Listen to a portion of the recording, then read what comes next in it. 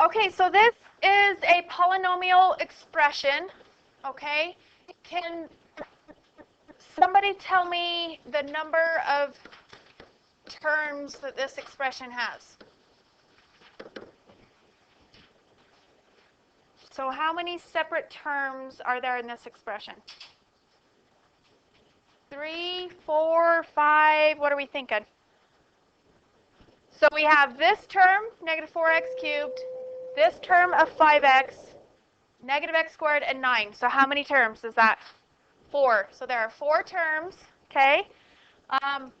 What is or are the constants? Is there one constant? 1. What is the constant? 9. So the constant is 9. And then the degree of this polynomial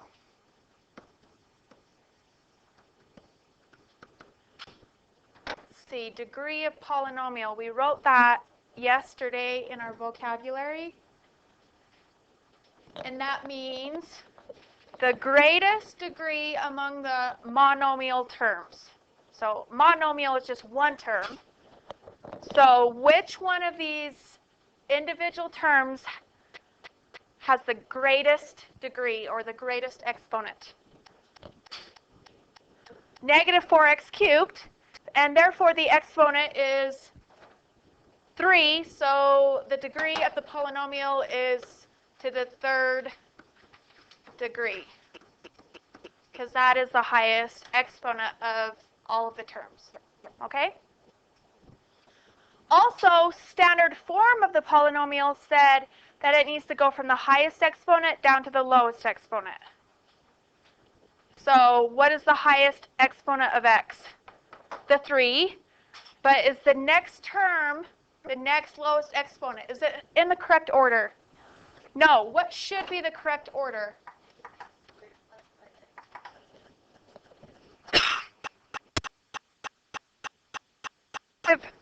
What? Sorry, I'm coughing here.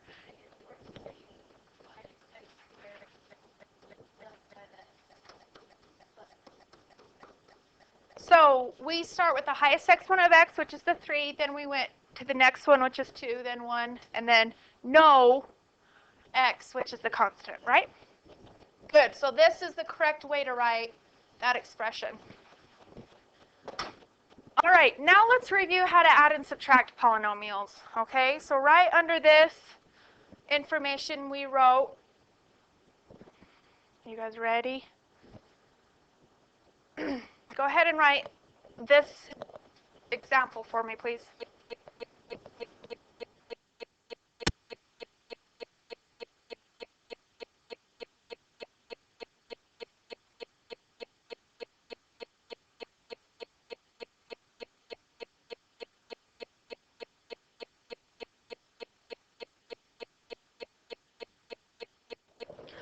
So when we add and subtract expressions, we add and subtract all of the like terms, right?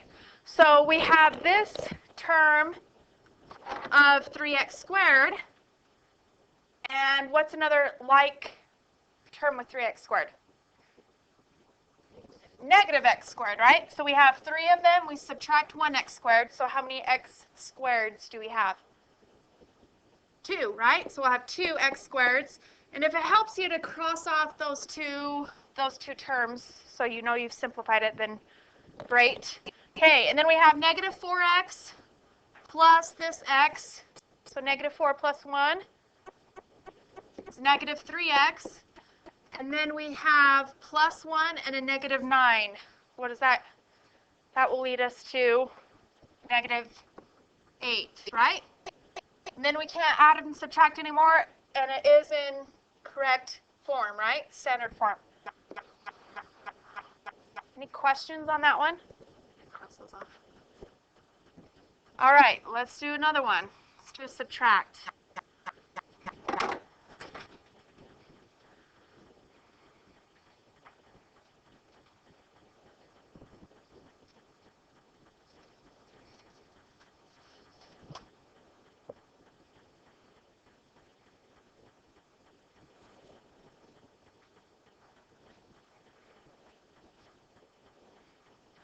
Now, what happens when you subtract an expression? Do any of you know? Okay, so the signs. Okay, so the signs of the terms after that switch. That's what you're saying. Yes, because you're subtracting everything after that. So then you will have a negative 8 and a plus x squared, right? Because a minus a negative is the same thing as adding. So now our like terms are what?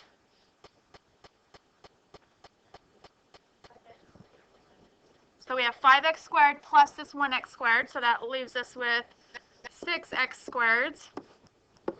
And then we have just this lone x term, just negative 4x.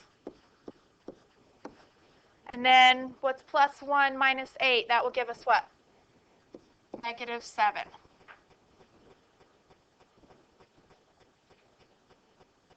Good. Any questions so far? Okay, let me have you do this one on your own. So number 3 is 3t squared minus 8t plus 2. Subtract the quantity of negative 3t squared plus 5t minus 7.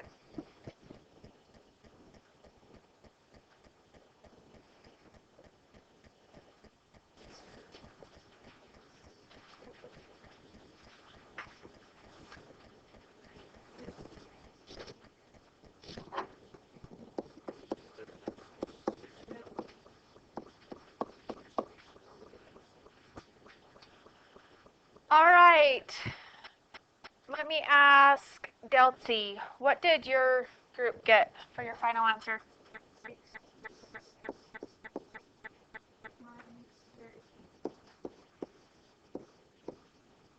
Plus 9? Okay. Are you trying to figure out the same thing? Okay, and all of you, since it's subtracting this quantity, you change the signs of everything, right? Good job. Okay, any questions so far? Okay, now let's do multiplying. So right under that one, right, example number 4, right? Is that what number we're on? Okay, now I know last year, most of you, nearly all except Cole, poor Cole, all had Mrs. Blake, okay? And I know she does, is it Fred? Right? Okay. So I'm going to show you another way to multiply just because it leads right into dividing and factoring, okay? So I want all of you to try multiplying this way because it's important for what you'll learn in the future. I know you guys think I'm crazy. Just a different way of organizing it is all, okay? Okay, all right then. You should like this. Okay, so I want all of you to write 6x. If you learn it this way, it'll be so much easier later on. Just so you know. Thank you, Mrs. Morley. Okay.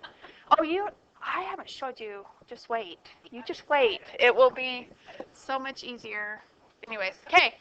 So we have 6x minus 3. We're going to write that along the side. And then along the top here, we're going to write negative 5x minus 6. So we're writing this like it's a multiplication chart. Like, you know how you guys use back in elementary, right? So it's just a way to organize it so you be sure to multiply every term to each other, because sometimes you forget or miss. And anyhow, so 6x times negative 5x will give us negative 30 x squared, right? X times x is x squared. And then negative 3 times negative 5x, positive 15, right? Negative times negative is positive 15x. And then if we move to the top right, we have 6x times negative 6. 36, negative 36x. And then negative 3 times negative 6 will give us 18. And the nice thing about this is that your like terms, if you set it up correctly, your like terms will always be the diagonals right here. Always. So then your answer, our highest term is the negative 30x squared. And then we have 15 minus 36 will give us what? Negative 21. So negative 21x.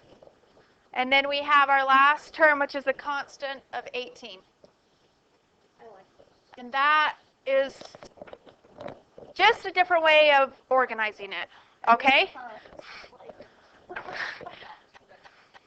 know, I was so excited. Well, I'm glad you guys approve, or most of you anyways. Okay, let's do another one then. Let's do one more. Do you guys have room for one more example, hopefully?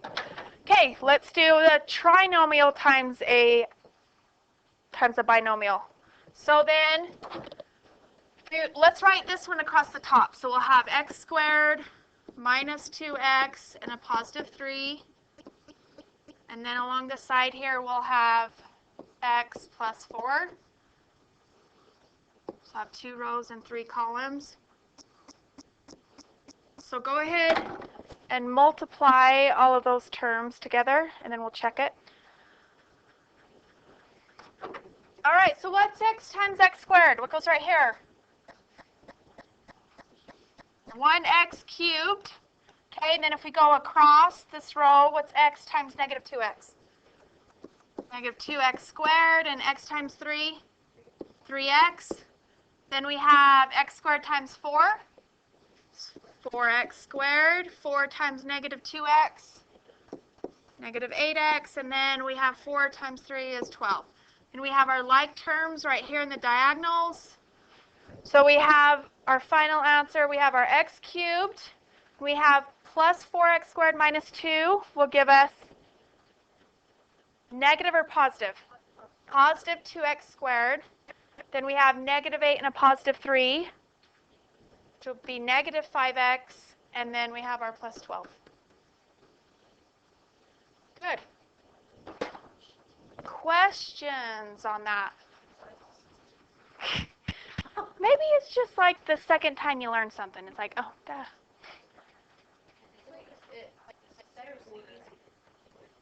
Okay, I agree. So I'm just glad. People, it's going to be harder though because they have to retrain their brains how to think about the problem. Yeah, you're right. Yeah, yeah. If you didn't get along with Fred, this will probably be awesome. Yeah. Yeah, it. Okay, so any questions on any of these problems so far? Okay, let's do another one on our...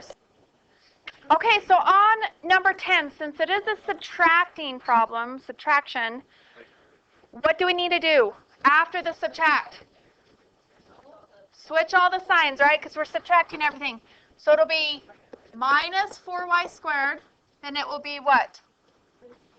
Minus 7x squared y to the 4th, and plus 8xy. Now, remember, in order for terms to be alike, they have to have the same variables and same powers. So this y squared, we can combine it with this y squared. So 6 minus 4 will give us 2y squareds. So we can combine those like terms. What else is a like term? Or like terms? Okay, so this x squared y to the 4th, and this x squared y to the 4th, we have plus 7 minus 7, so what will happen there? They'll cancel out, they'll subtract out, right? And then we'll have negative 1xy plus 8xy's is how many? 7, right? So plus 7 xy's. And that's all we can do. Any questions on that one?